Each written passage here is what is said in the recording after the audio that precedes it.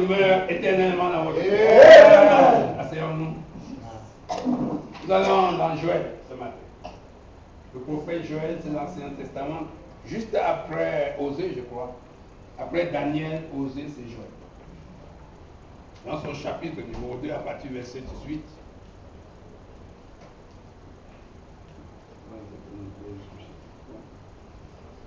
C'est important de savoir que nous sommes déjà dans le jour de l'Éternel. Vous avez vu ce qui s'est passé aux États-Unis? Cette tempête dont Dieu parle. Dieu a parlé de ça dans son message de fois passée, mercredi ou jeudi, le 31. Dieu a parlé de ça, de cette tempête qui s'est passée aux États-Unis. Donc nous avons eu les branches, les ramifications aussi. Et c'est la colère de Dieu, le jugement des nations a commencé. Vous savez, Dieu utilise des nations étrangères pour juger son peuple que nous sommes. Donc quand nous transgressons la loi, quand nous violons les 10 commandements de Dieu, qu'est-ce qu'il fait?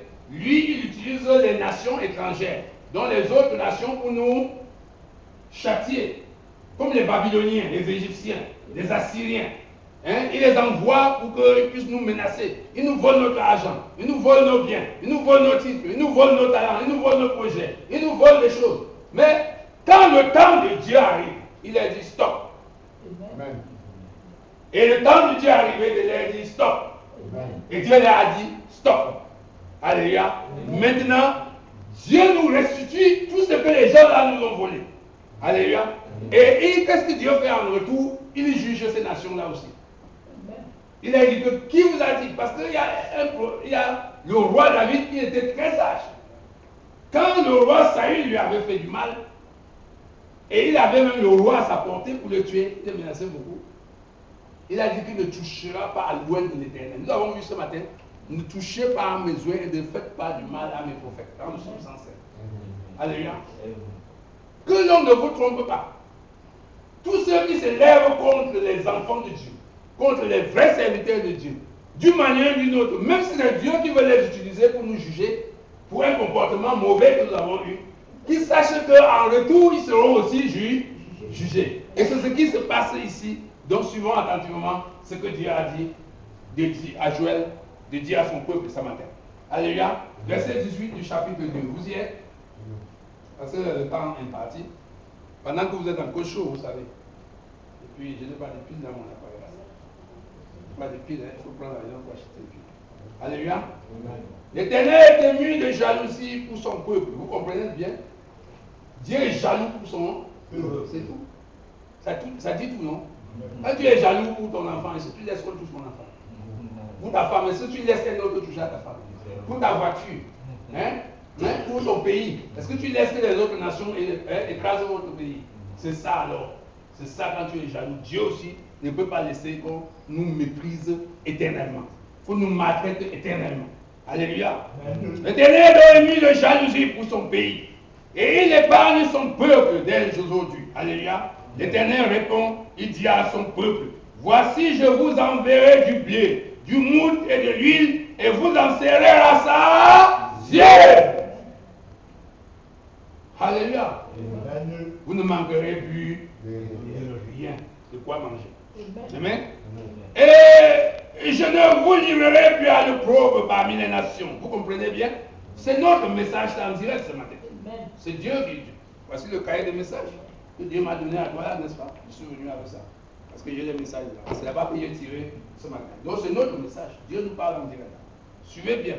Et prenez ça avec Réma. C'est-à-dire épousez ça, que c'est votre parole. Et ça va agir dans votre vie dès ce soir. Au nom de Jésus. Amen. Dès la sortie d'ici, vous allez voir les miracles de Dieu là. Matthieu. J'éloignerai de vous l'ennemi du nord. Je le chasserai vers une terre aride et déserte. Son avant-garde dans la mer orientale, son arrière-garde dans la mer occidentale, et son infection se répandra, sa puanteur se lèvera dans les airs, parce qu'il a fait de grandes choses contre mon peuple.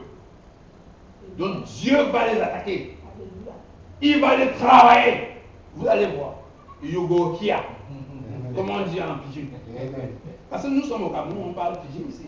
Mais si je suis ailleurs, je parle la langue de là-bas. Si je suis arabe, je parle l'arabe. Alléluia. Et Dieu dit encore, terre promise, ne crains pas, mon fils. Alléluia. Ne crains pas. N'aie plus peur de rien. Hein, Salomon? Ne crains rien. Crois seulement. Car ta souffrance est finie. Au nom de Jésus. Amen. Sois dans l'allégresse et réjouis-toi. Car l'Éternel fait de grandes choses. Bêtes des champs, ne craignez pas, car les plaines du désert reverdiront. Car les arbres porteront leurs fruits. Le figuier et la vigne donneront leurs richesses. Et vous, enfants de Sion, soyez dans l'allégresse. Alléluia. Amen. Et réjouissez-vous en l'Éternel, votre Dieu. Car il vous donnera la pluie en son temps. Il vous enverra la pluie de la première et de l'arrière-saison comme autrefois. Vous savez, il y a les pluies du printemps. Il y a aussi les pluies d'automne en Europe. C'est comme nous aussi ici. Nous recevons les premières pluies, c'est pour faire quoi? Pour s'aimer, n'est-ce pas? Et puis, nous recevons encore les pluies plus tard, pour s'aimer encore. Parce qu'on peut même faire 2 fois la culture du maïs ici au Cameroun. Ça se fait, n'est-ce pas? Hein, chef Quentin? Donc tu connais, n'est-ce pas? Donc Dieu nous dit de ne plus avoir peur de toutes ces choses-là. Et les airs, c'est-à-dire les superficies, se rempliront de blé et les cuivres regorgeront de mousse et d'huile. Je vous remplacerai les années comme dévorer la sauterelle, le gélec, le asile et le gazap. Ma grande armée que j'avais envoyée contre vous, vous mangerez et vous vous rassasierez, car vous êtes à Canaan, dans ce pays où coule le lait et le miel. Et vous célébrerez alors le nom de l'Éternel, votre Dieu, qui aura fait pour vous des prodiges, et mon peuple ne sera plus jamais dans la confusion. Amen. Vous comprenez ça? Jamais la confusion au milieu du monde. C'est fini. Le pro, la honte, n'est-ce pas? Et tout ce qu'on nous a volé. Dieu dit, vous avez entendu? Dieu dit que tout ce qu'on nous a volé, il va récupérer et nous donner. Et en centuple. Et vous saurez donc que vous êtes, que je suis au milieu d'Israël. Et c'est vrai, non? Dieu est au milieu de nous ce matin. Que je suis l'Éternel, votre Dieu, et qu'il n'y en a point d'autre. Et mon peuple ne sera plus jamais dans la confusion. Dieu répète sa parole pour marquer que c'est vrai. Car il dit que ça, la confusion est désormais finie. Au nom de Jésus. Après cela alors, je reprendrai mon esprit sur toute chair, comme il a fait ce matin, pendant l'adoration. Vous n'avez pas reçu? Pendant les louanges. Vos fils et vos filles prophétiseront. Vos vieillards auront des songes et vos jeunes gens des visions. Ça demande que nous vivions la chasteté et dans la sainteté. Alléluia. Et nous allons voir comment Dieu va nous user pour prophétiser, pour avoir les visions claires et les songes clairs. Alléluia. Donc, même sur les serviteurs et sur les servantes, dans ces jours-là, je reprendrai donc mon esprit. Je ferai paraître des prodiges dans les cieux et sur la terre. Vous n'avez pas vu le ciel qui s'est obscurci ces jours-ci? Vous n'avez pas vu les signes de Dieu, même aux États-Unis? Vous n'avez pas vu comment les États-Unis étaient paralysés jusqu'à présent? Peut-être le cas de New York n'est pas encore rétabli. Alléluia. Donc Dieu montre les signes. Du sang, du feu et des colonnes de fumée. Le soleil se changera en ténèbres et la lune en sang avant l'arrivée du jour de l'Éternel, de ce jour grand et terrible. Alors quiconque invoquera le nom de l'Éternel sera sauvé. Le salut sera sur la montagne de Sion à Jérusalem et à Jérusalem, comme a dit l'Éternel, et parmi les réchappés que l'Éternel appellera. Alléluia. Ici, il y a une prophétie. D'abord, c'est une prophétie qui s'est accomplie le jour de la Pentecôte et qui va s'accomplir encore ces jours-ci. Alléluia. Parce qu'il y a des prophéties, c'est en double référence. C'est-à-dire que quand Dieu dit à Abraham que son fils, n'est-ce pas, que toutes les nations de la terre seront bénies par lui, alors on voyait Isaac.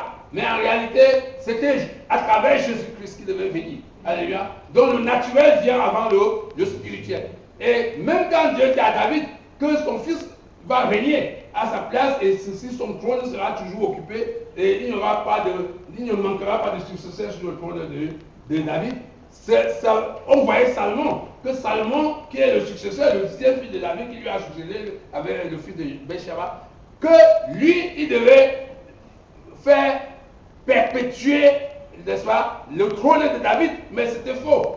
C'est Jésus-Christ en réalité, qui est celui-là dont on parlait. Vous voyez, Dieu donne toujours le naturel avant le spirituel. Et je vous dis, à partir de maintenant, le naturel finit pour nous et nous commençons le spirituel. Alléluia, nous entrons dans l'éternité, dans la gloire de Dieu. Amen. Et quand Dieu dit ici que, alors, quiconque invoquera le nom de l'Éternel sera sauvé, c'est vrai. Beaucoup ont déjà dit qu'ils ont vu Christ, ils ont invoqué et ils ont eu le salut. Mais c'est quel salut? Si tu n'entretiens pas ce salut-là, si ce n'est pas sur la base du Saint-Esprit de Dieu, ton salut ne vaut rien. Il faut que ton salut soit sur la base du spirituel, de l'Esprit de Dieu. Alléluia. Et à ce temps-là, l'Esprit de Dieu va faire que tu entres dans l'éternité. Donc, beaucoup vont vivre encore le temps de la Pâque, mais nous vivons déjà le temps des expiations du péché pour entrer dans les fêtes du tabernacle de Dieu. C'est-à-dire là où Dieu siège au milieu de son peuple. Il nous a promis ça ce matin et nous vivons avec Dieu. Dieu siège au milieu de nous. Dieu nous parle depuis 2004. Vous voyez tous ces cahiers, des tonnes de messages que nous recevons et nous écrivons. Et ça montre que tout ce que nous disons est vrai. Et si quelqu'un est contre ça, ou bien a une opposition, il n'a qu'à écrire et on va comparer les choses. Alléluia. Ce que nous vous disons est vrai. Et ça ne se discute pas. Vous-même, vous voyez, Dieu vous a parlé, vous a mis son sang dans vos yeux, vous ont fait manger le pain avec lui, et ils vous ont parlé, ils vous ont donné les titres, les talents et les noms. Alléluia. Donc, mais les nations, tous ces gens qui ont volé nos biens, tous ces gens qui nous ont insultés, depuis 7 ans que nous sommes sortis de Douala, depuis 7 ans que nous sommes en train de nous battre pour que le nom de Jésus soit glorifié, non seulement dans cette nation, parce qu'Abraham veut dire le père des nations, des multitudes de nations, que ce soit dans les pays arabes, dans les pays asiatiques, dans les pays américains, du Sud, latino-américains, ou bien même en Afrique, le nom de Jésus sera glorifié à travers Abraham. Alléluia. Vous savez, quand Dieu dit et que vous croyez, vous avez la foi, vous voyez comment les choses s'accomplissent devant vos yeux. Amen. Car l'ancien Abraham n'a pas eu cette chance de voir ce que je vois aujourd'hui, n'est-ce pas? Mais moi, j'ai la chance que, moi, cet Abraham-ci, je suis déjà dans le spirituel. Alléluia. Alors que lui, l'ancien Abraham, il avait la foi ferme, qu'il voyait cela, mais de loin. Mais moi, je le vois de côté. Vois face à face notre Sauveur, le grand, quel parfait bonheur. Vois face à face notre Sauveur, oh quel parfait bonheur. Et cette parole est accomplie dans notre vie aujourd'hui. Alléluia. Car nous le voyons face à face. Et il est en train de juger les nations. Il renverse toutes les forteresses de mensonges et tout ce qui peut bloquer l'accomplissement de sa promesse. Il secoue même les grandes nations, les très grandes puissances pour qu'ils se soumettent à sa volonté lorsque nous allons passer par là-bas. Alléluia. Car il y a un grand programme que Dieu a fait pour nous, pour le monde entier. Croyez seulement, et vous allez voir d'ici quelques temps comment ce programme va se déployer. Au nom de Jésus. 3, verset 1. Car voici en ces jours et ce temps-là, quand je ramènerai les captifs de Juda et de Jérusalem, je rassemblerai toutes les nations et je les ferai descendre dans la vallée de Josaphat. Là, j'entrerai en jugement avec elles au sujet de mon peuple d'Israël, mon héritage, qu'elles ont dispersé parmi les nations, et au sujet de mon pays qu'elles se sont partagées. Ils ont tiré mon peuple au sort. Ils ont donné le jeune garçon pour une prostituée. Ils ont vendu la jeune fille pour un vin et ils ont bu. Que me voulez-vous, Tyr et Sidon, et vous tous, district des Philistins? Voulez-vous tirer vengeance de moi? Si vous voulez vous venger, je ferai bien vite retomber votre vengeance sur vos têtes. Vous avez pris mon argent et mon or, et ce que j'avais de plus précieux, de plus beau, vous l'avez emporté dans vos temples. Vous avez vendu les enfants de Juda et de Jérusalem aux enfants de Javan, afin de les éloigner de leur territoire. Voici donc, je les ferai revenir du lieu où vous les avez vendus, et je ferai retomber votre vengeance sur vos propres têtes. Je vendrai vos fils et vos filles aux enfants de Juda, et ils les vendront aussi aux Sabins, nations lointaines, car l'Éternel a parlé. Publiez ces choses parmi les nations, préparez la guerre, réveillez les héros, qu'ils s'approchent, qu'ils montent, tous les hommes de guerre. de vos royaux forgés des épées et de vos cercles des lances, que le faible dise je suis fort. Est-ce que tu es prêt? Toi qui te dis faible, que désormais je suis fort. Allez, je suis fort. Que le faible dise je suis fort. Alléluia. Ce mot verset 11. Hâtez-vous et venez, vous toutes nations d'alentour, et rassemblez-vous. Là, ô Éternel, fais descendre donc tes héros. Que les nations se réveillent et qu'elles montent vers la vallée de Josaphat. Car là, je siégerai pour juger toutes les nations d'alentour. Saisissez la faucille. Vous connaissez la faucille, non? Comme la machette, n'est-ce pas? Car la moisson est déjà mûre. Venez, foulez, car le pressoir est aussi plein. Vous savez comment on presse l'huile de palme, non? Avant, il n'y avait pas la machine, on pressait avec les pieds. Alléluia. Les cuivres regorgent déjà, n'est-ce pas? Le sang, hein? Ici on presse plutôt les hommes. Hein? Vous ne croyez pas que c'est... Hein? Vous allez voir. Vous allez quand le tsunami se gronde là, ça fait 380 000 personnes qui passent. Ah d'accord? Le sang. Dieu va faire beaucoup de choses. Donc, vous allez seulement entendre. Parce qu'il y a des phénomènes qui se passent et nous, on fait penser que c'est naturel comme ça. Non, c'est parce que Dieu est en train de juger le monde. Vous comprenez? Dieu est en train de juger le monde. Mais en même temps, on accouche de l'enfant. Ce n'est pas parce qu'il meurt qu'on n'accouche pas. Dieu sait ce qu'il fait. Il est en train d'équilibrer les choses. Alléluia. Donc, saisissez donc cette faucille-là, car la moisson est donc nue. Venez fouler, car le pressoir est plein. Les cuivres regorgent, car grande est leur méchanceté. C'est une multitude, n'est-ce pas? Une multitude dans la vallée du jugement, car le jour de l'Éternel est déjà là. Dans la vallée du jugement, le soleil et la lune s'obscurcissent, et les étoiles retirent leurs éclats. De Sion, l'Éternel rugit. De Jérusalem, il fait entendre sa voix. Les cieux et la terre sont ébranlés, mais l'Éternel est un refuge pour nous, son peuple. Alléluia. Il n'y a point d'autre refuge que d'être sous les ailes de notre Dieu. Si Dieu te bénit en fait, si Dieu te donne beaucoup de moyens, beaucoup d'enfants, beaucoup de nations, il ne te protège pas, est-ce que tu vas en faire quoi? Que l'Éternel nous bénisse et nous garde. Alléluia. Que l'Éternel fasse lui sa face sur nous, c'est-à-dire que les nations puissent voir ce que Dieu a fait de nous, mais que l'Éternel aussi nous protège toujours par sa grâce. Alléluia. Et puis qu'il lève sa face, mais qu'il nous donne à nous la paix.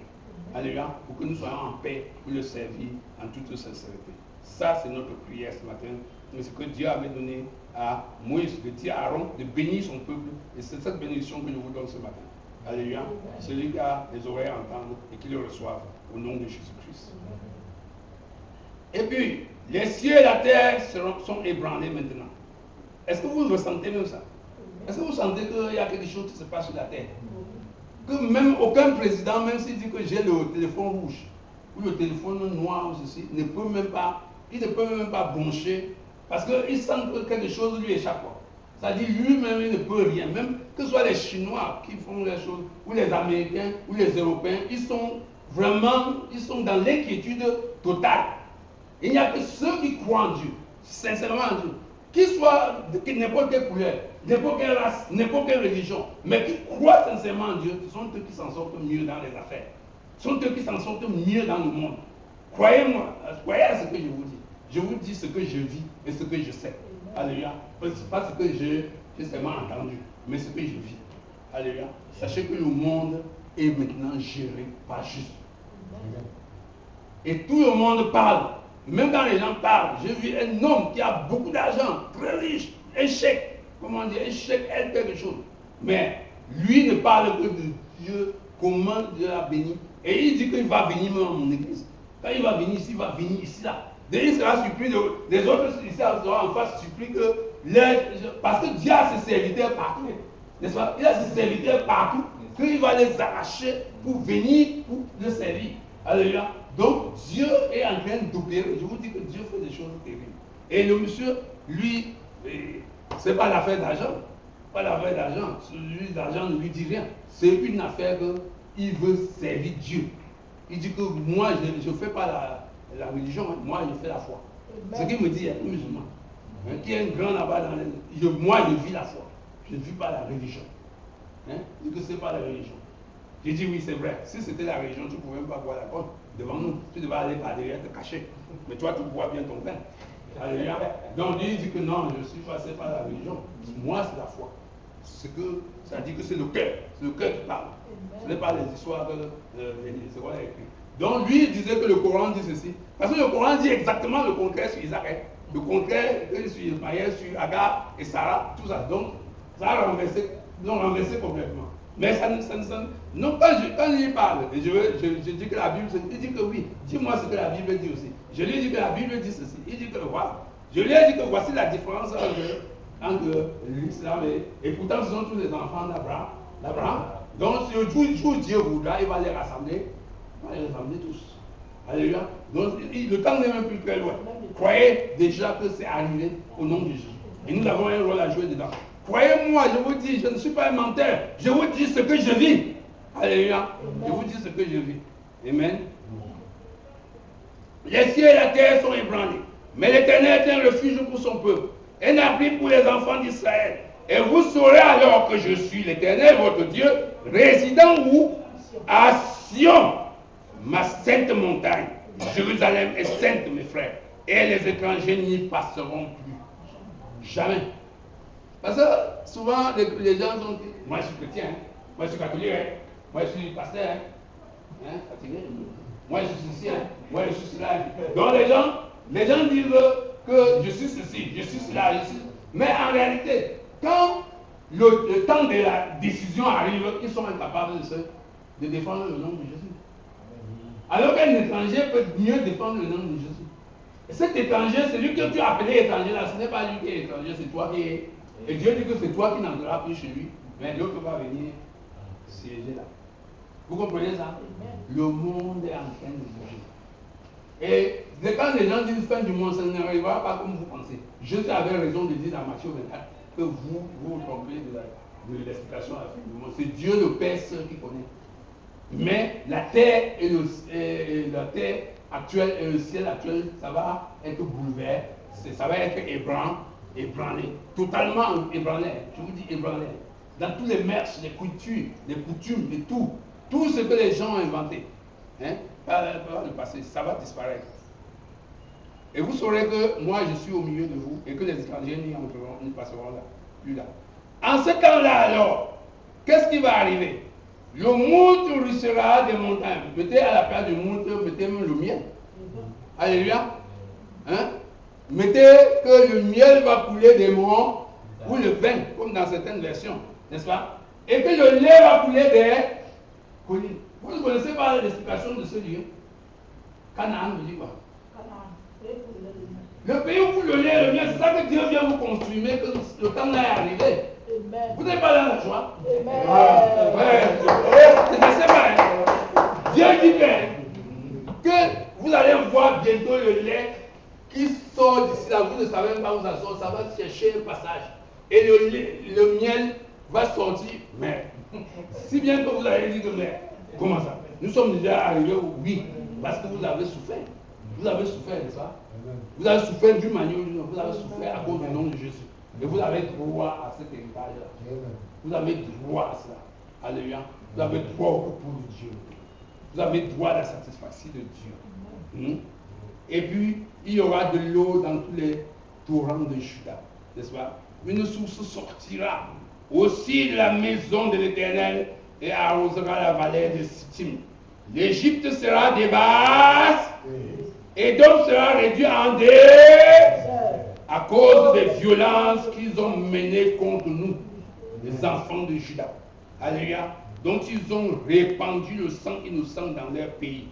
Donc, croyez-moi, tout ce que les gens nous ont fait pensant qu'ils voulaient, c'était Dieu qui endurcissait leur cœur pour que notre bénédiction soit plus blanche. Pour que la gloire de Dieu à travers nous soit pour les nations et éternelle. Alléluia. Croyez-moi, mes enfants, je ne vous mens pas. Ce que je vous dis est vrai. Amen. Donc ils ont donc répandu le sang innocent dans leur pays. Mais Juda sera toujours habité et Jérusalem de génération en génération. Je vengerai dans leur sang que je n'ai point encore vengé. Et l'Éternel résidera dans Sion. Amen. Parole de l'Éternel. Quand Dieu parle au futur, vous savez, les temps de conjugaison, ça compte beaucoup. Pour ceux qui ont fait les Français, comme les petits Français qui sont ici, c'est pas ce qu'il faut attendre ici, mais le futur, explique un peu. L'indicatif. Quand Dieu parle du futur, ça veut dire que ça va s'accomplir automatiquement, quel que soit l'année. Ça veut dire que c'est absolu, ce n'est pas relatif. Ici, là, on ne relativise pas, ce n'est pas comme le conditionnel. C'est pas ça. Le mot est indicatif, le futur est indicatif, ça veut dire que ça va s'accomplir. Sachez qu'il va faire ça. Il va nous venger, il va nous donner tout ça. Comme son nom, au nom de son Fils. Alléluia. Croyez que c'est fait. Au nom de Jésus. Que Dieu vous bénisse.